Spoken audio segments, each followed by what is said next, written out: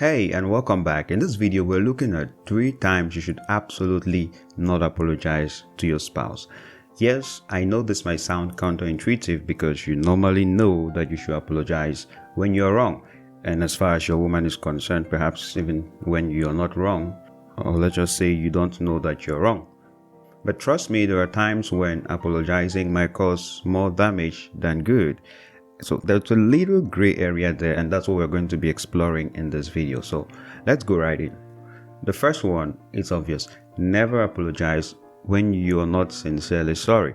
I mean, we all hate it. It's like insult to injury when someone is apologizing when they don't mean it. It's kind of they're toiling with you or insulting you. So when you're apologizing, but even at that same instant, you're already planning on how you're going to repeat what you just did, then what you're doing is just causing more damage than good.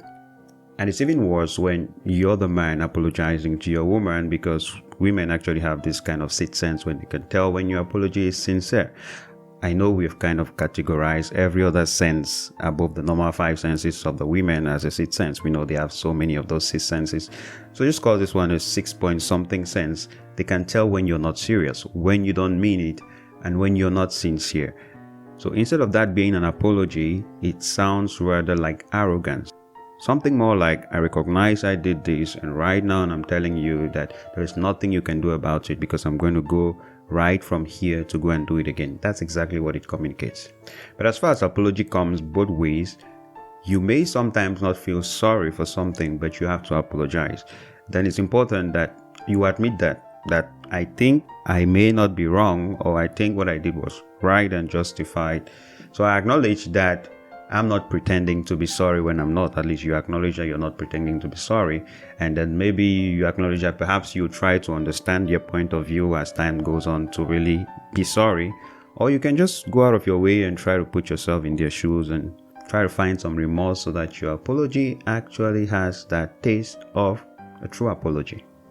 And that takes us to the second one. Never apologize when you don't actually know what you're apologizing for. This, I know this may sound like still counterintuitive to the idea that men, when you're apologizing to women, you should be ready to apologize even if you don't know what you've done wrong, for peace sake. Yes, but in specific cases where there is something specific that this person is mad about. Now, this is both ways, whether it's a man or the woman. It's important to try to first understand the mistake you made before you try to apologize.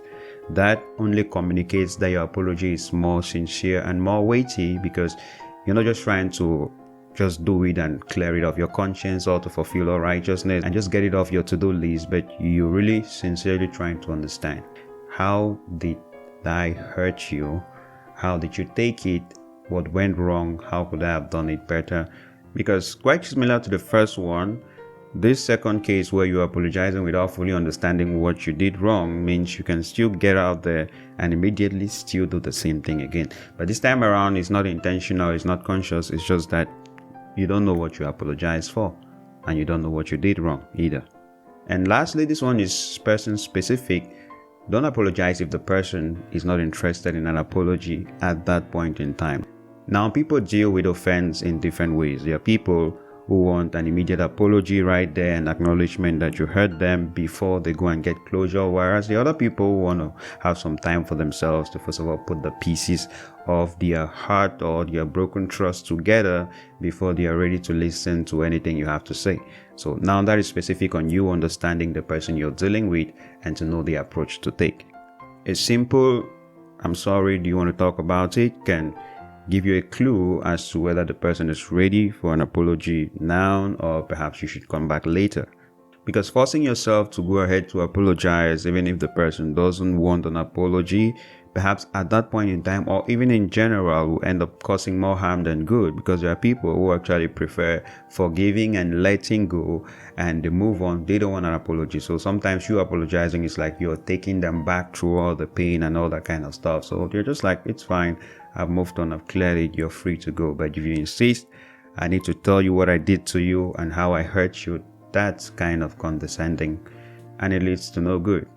So that is it. And drawing on this third point, it's important that you understand the person you're dealing with and how they process their hurt, how they process their pain, how they process disappointment, whether it's minor issues like day-to-day misunderstandings and how you use the toothpaste, how you left the toilet pot open, or blah blah blah blah blah, the little things, or it's more complex and serious things, you know, using up their savings without letting them know, flirting with someone else. You get the picture.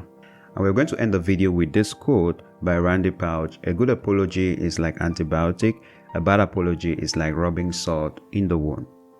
And that's it for this video. If you enjoyed the video, give it a thumbs up, subscribe if you're new here, hit that bell so you don't miss the next video. A big shout out to our patrons who help us create content like this. You too can do same, the link is down below. And until the next video, bye.